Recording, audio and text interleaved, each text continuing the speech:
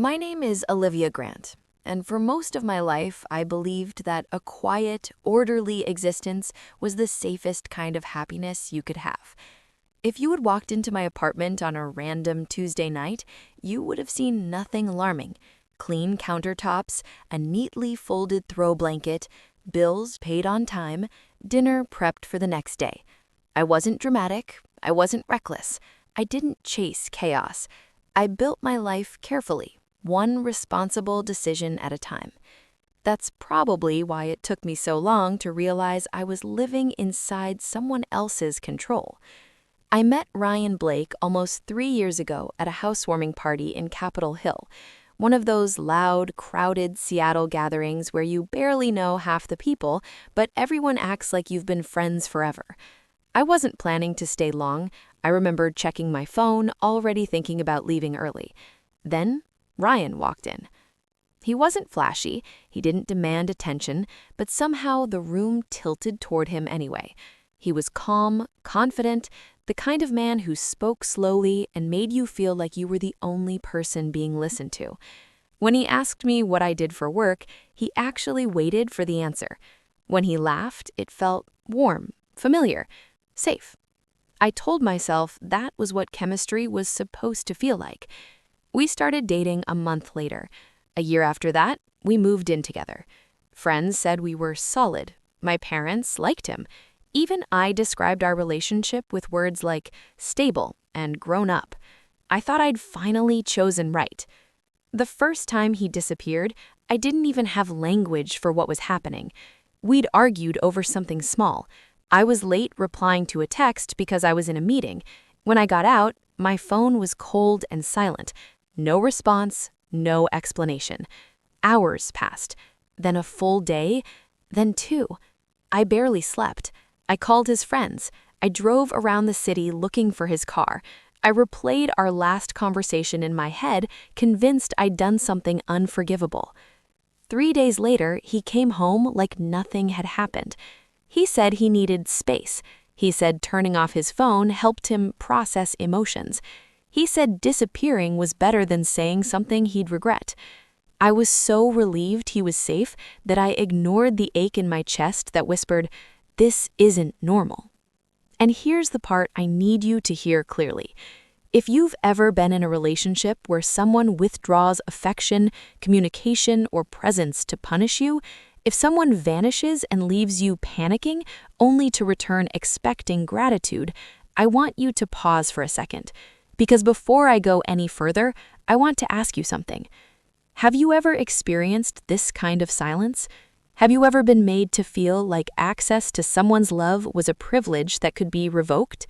If yes, you're not alone. And if you're watching this because you're still inside something like that, please know this story is for you. Share your experience in the comments, and if you want to hear real stories like this, told honestly without glamorizing pain, subscribe. I promise you this is only the beginning. Because that first disappearance wasn't an accident, it was a test, and without realizing it, I passed it by staying. I told myself he was sensitive, that relationships required patience, that everyone had their own way of coping. I didn't see the pattern forming right in front of me. I didn't see how quickly my calm, controlled life was being quietly rearranged around his moods. Back then, I still believed love meant understanding someone, even when they hurt you. I had no idea how expensive that belief was about to become. After that first disappearance, I told myself it was a one-time thing. That's what people do when they want something to work. We soften the sharp edges of reality. We explain away the parts that don't fit. We tell ourselves love isn't perfect, that every relationship has its quirks, that patience is a virtue. So when Ryan disappeared again a few weeks later, I didn't panic the same way. I waited. I checked my phone less. I still slept poorly, but I didn't call his friends this time. I told myself I was being mature, understanding, supportive of his process. When he came back 2 days later, exhausted and quiet, I made him dinner. I listened while he talked about feeling overwhelmed, misunderstood, emotionally drained. He thanked me for being so different from other women, for not being clingy, for giving him space. I felt proud of that. Looking back, that might be the part that hurts the most. Slowly, my life began to shrink in ways that were almost invisible. I stopped making plans on weeknights just in case he needed me. I started replying to his messages immediately, afraid that a delayed response might trigger another disappearance. I learned how to speak carefully, choosing words that wouldn't sound like criticism, even when I was just asking simple questions. How was your day? Are you coming home tonight? I learned to ask them gently, softly, like requests instead of conversations. When I did see my friends, I felt rushed, distracted, my phone always face up on the table, volume turned high. If Ryan texted, I answered. If he didn't, I spent the rest of the night wondering why.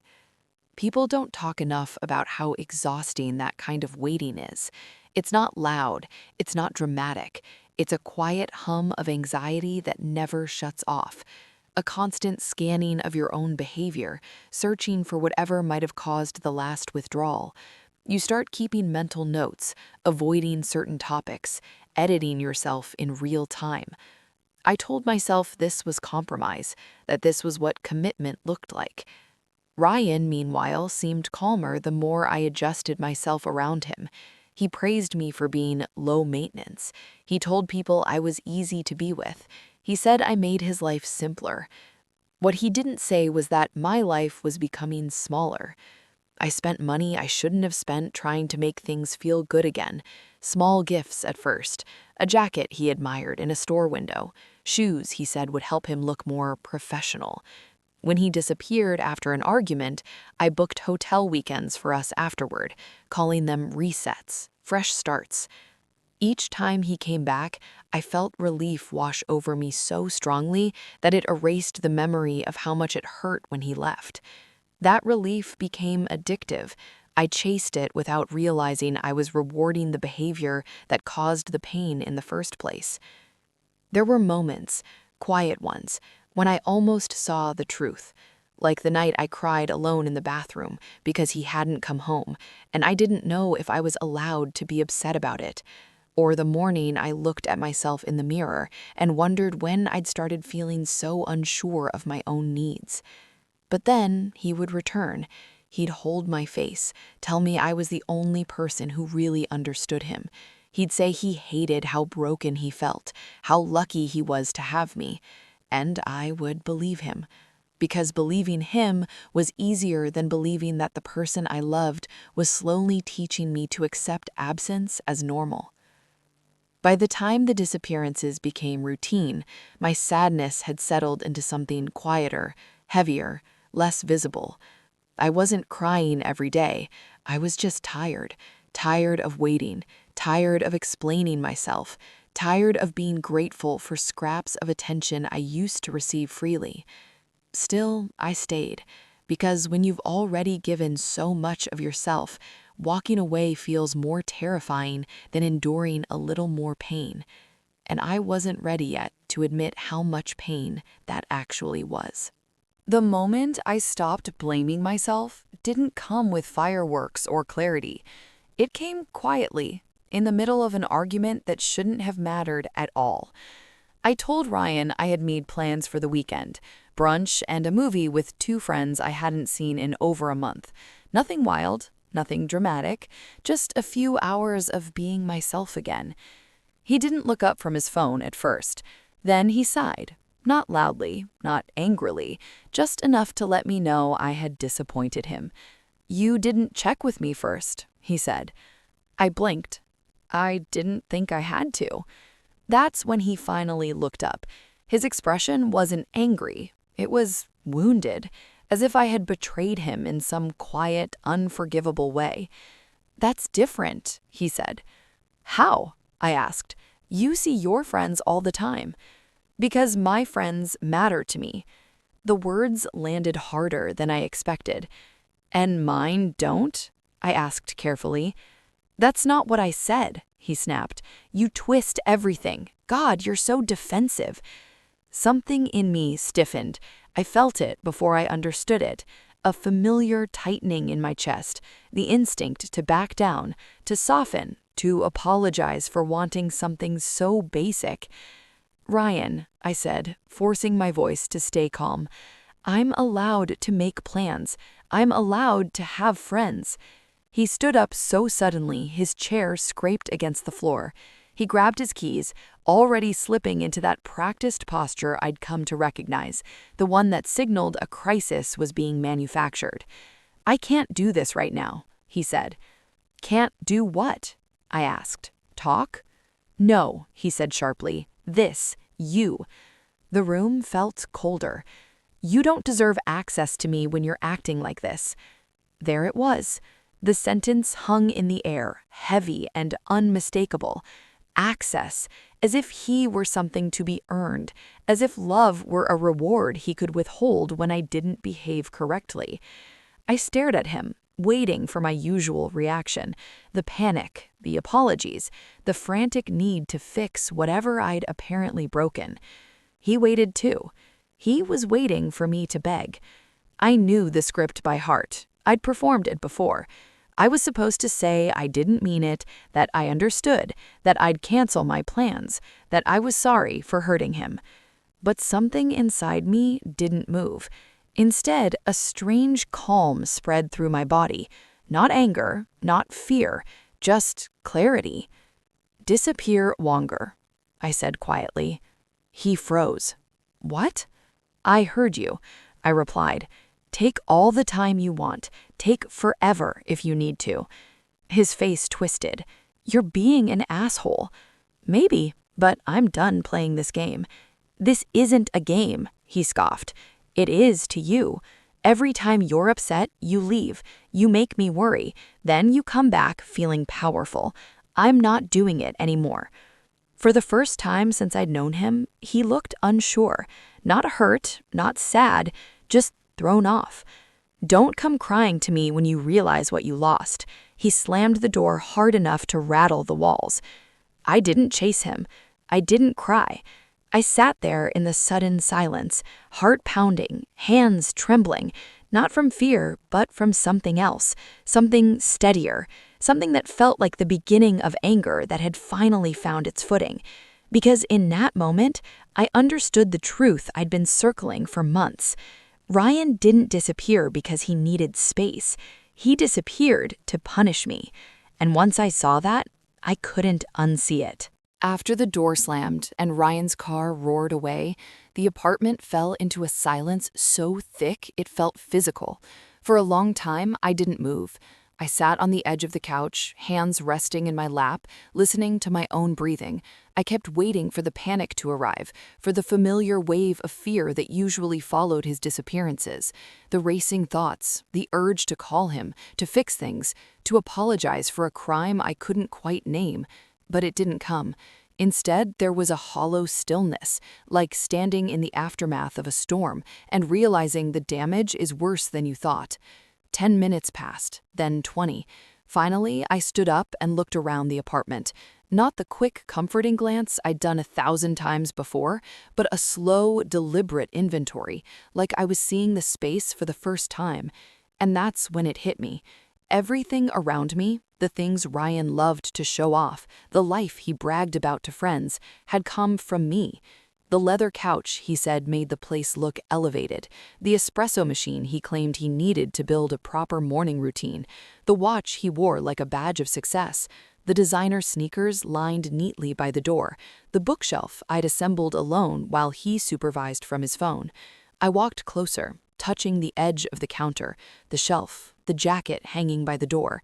Each item carried a memory, a compromise, a moment where I'd stretched myself thinner so he could feel bigger. My chest tightened as the realization settled in. I hadn't just been emotionally drained, I'd been slowly emptied. I sank down onto the kitchen floor, my back against the cabinet, knees pulled to my chest. That's when the tears finally came. Not loud, not dramatic, just steady and quiet. The kind of crying that comes when you realize how long you've been surviving instead of living. I thought about every time I'd waited for him to come back. Every night I'd stared at my phone, convincing myself his silence was my fault. Every apology I'd offered just to restore peace. I wasn't mourning the relationship anymore. I was mourning myself. The version of me who used to speak freely, who made plans without permission, who didn't feel like love was something that could be revoked at any moment. For the first time, the full weight of what I'd lost pressed down on me. Not just time or money, but dignity, confidence, a sense of safety I'd mistaken for stability. I stayed there on the floor for a long time, long enough for the apartment to grow dark, long enough for the quiet to stop feeling temporary and start feeling permanent. There was a moment, just one, where I considered texting him, not to apologize, but to ask him to come back, to restore the familiar tension, to fill the silence with something known, even if it hurt. That was the lowest point, because I realized how conditioned I'd become to prefer pain over emptiness. Eventually, I stood up. My legs felt weak, like they didn't fully belong to me yet. I turned on a lamp, the soft light revealing the same objects, the same space, but now it felt crowded, suffocating, heavy with everything I'd been pretending not to see. I didn't know what I was going to do. I didn't feel strong. I didn't feel brave. I felt stripped down, exposed, and unbearably tired. But one thought kept repeating in my mind, steady and undeniable. I can't live like this anymore. I didn't know yet how I would leave. I didn't have a plan. I didn't feel triumphant or empowered. All I knew was that I'd reached the point where staying hurt more than the fear of walking away. And somehow, that was enough to keep me standing. I didn't wake up the next morning feeling powerful. There was no sudden surge of confidence, no movie montage moment where everything clicked into place. I woke up feeling clear, quietly, painfully clear, like someone had wiped condensation off a mirror and I was finally forced to look at what was there. Ryan hadn't texted. Of course he hadn't. Silence was his weapon, and he always waited until it hurt enough to feel effective. I made coffee with the old drip machine I'd shoved into the back of a cabinet months ago, the one he said was beneath us once we upgraded. The irony didn't escape me. I sat at the kitchen table, wrapped my hands around the mug, and for the first time in a long while, I didn't feel like I was bracing for impact. Instead, I felt something colder, sharper, resolve. I walked through the apartment again, but this time with intention, not grief, not nostalgia. I opened closets, drawers, cabinets. Everywhere I looked, I saw evidence of how thoroughly I'd poured myself into someone who treated my presence like a privilege he could revoke. And then I remembered his words, "You don't deserve access to me." The sentence landed differently now. "You're right," I said out loud to the empty room. "I don't." But not in the way he meant. I pulled out my phone and ordered a dozen moving boxes, same-day delivery. The confirmation email arrived seconds later, clean and efficient, no drama, no emotion, just logistics. If Ryan wanted to disappear, fine. This time, I wouldn't be the one left holding the emptiness. The boxes arrived 3 hours later, stacked neatly outside my door, like unopened decisions. The delivery guy gave me a curious look. "Big move?" "Something like that," I said. When the door closed behind me, the apartment felt different. Not sad, not broken, just honest. I started with the espresso machine. I'd bought it for his birthday after weeks of listening to him talk about productivity and morning routines, about how the right tools would change his life. I packed the machine, the frother, the expensive beans he never finished, the scale he never learned to use. I took a photo before sealing the box. Not for him, for me. Next came the leather jacket, the one he wore on every date night, the one he said made him feel confident. Photo, box, tape. The sneakers, photo, box, tape. The watch, the cologne he insisted made him smell expensive. The gaming console he needed to decompress. Each item went into a box. Each box got a photo. Once I started, I couldn't stop. Every object had a story attached to it, a justification, a moment where I'd convinced myself that giving more would make him stay. By the time I reached the bookshelf, the one I'd assembled alone while he scrolled through his phone, I had to sit down. My arms were shaking, not from exhaustion, from adrenaline. This wasn't rage, it wasn't revenge, it was reclamation. I wasn't destroying anything, I wasn't screaming, I wasn't sending paragraphs of accusation, I was simply removing what I had given to someone who used my generosity as leverage. By midnight, the living room looked like a small shipping warehouse, half-closed boxes, tape dispensers, photos saved neatly on my phone.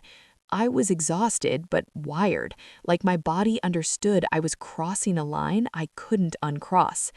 And for the first time, that didn't scare me, because clarity, I was learning, is its own kind of power.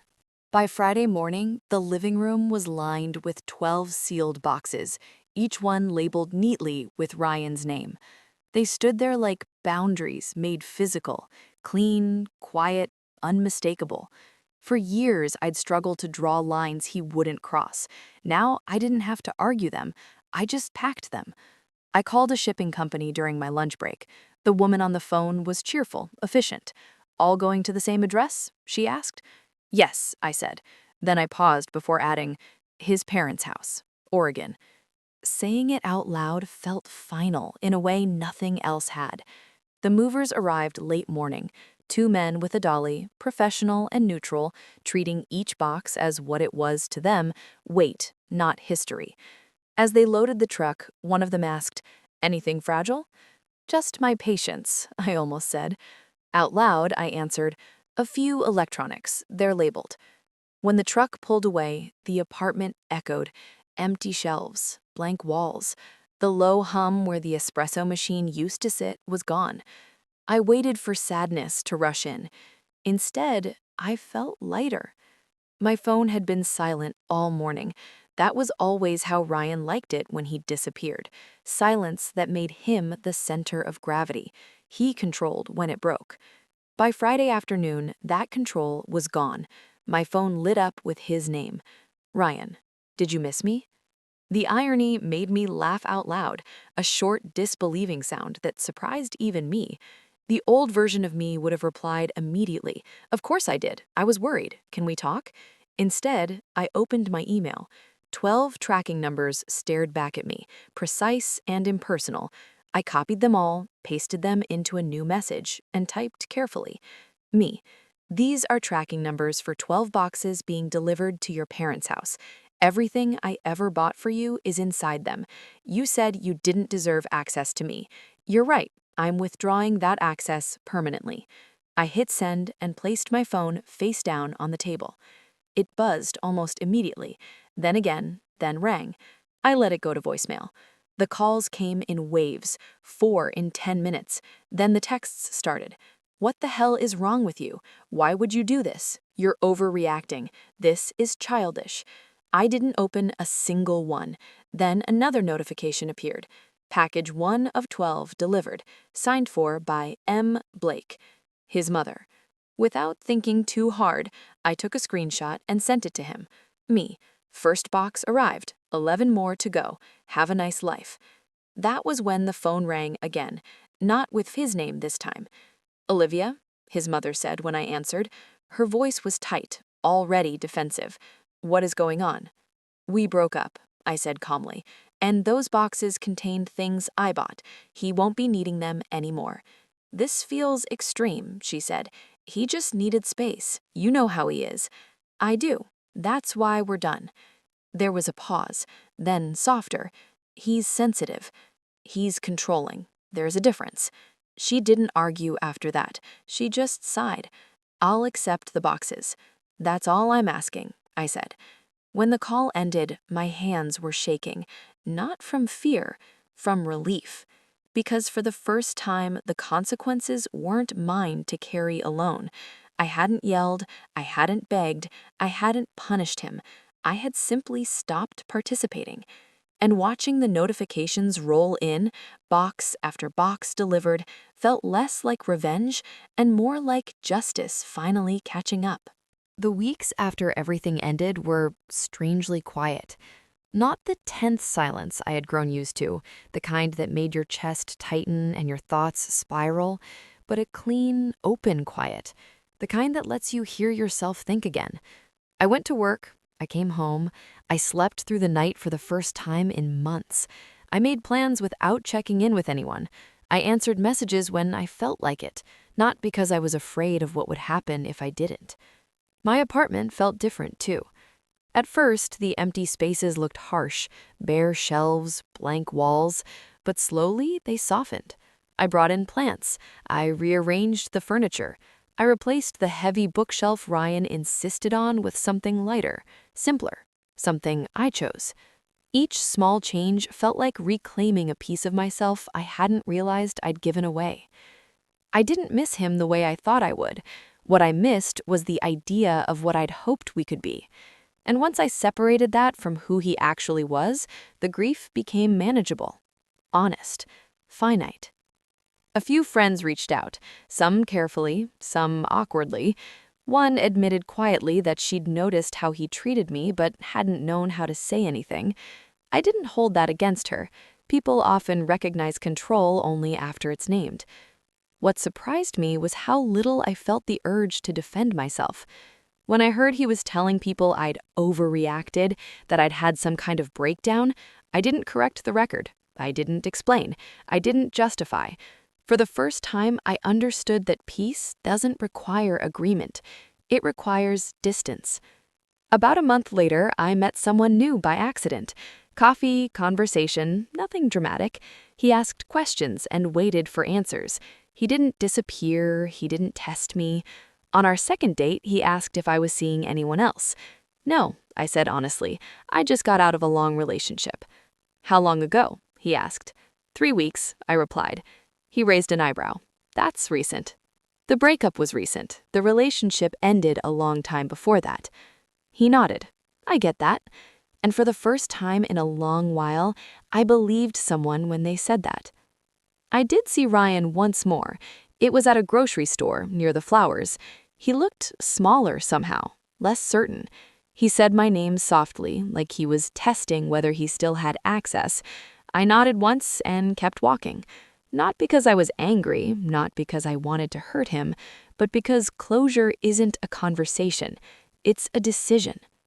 Standing in my kitchen later that night, sunlight spilling across the counter, I realized something simple and profound. It wasn't the love I had to heal from. It was the relief of not bracing for absence, the relief of not negotiating for peace, the relief of standing on steady ground. He once told me I didn't deserve access to him. He was right. I deserved access to something better, a life where love communicates, where love doesn't vanish as punishment, where love doesn't make you smaller to feel powerful. Those 12 boxes I shipped away, they weren't revenge. They were the price of clarity, and it was the best lesson I've ever paid for.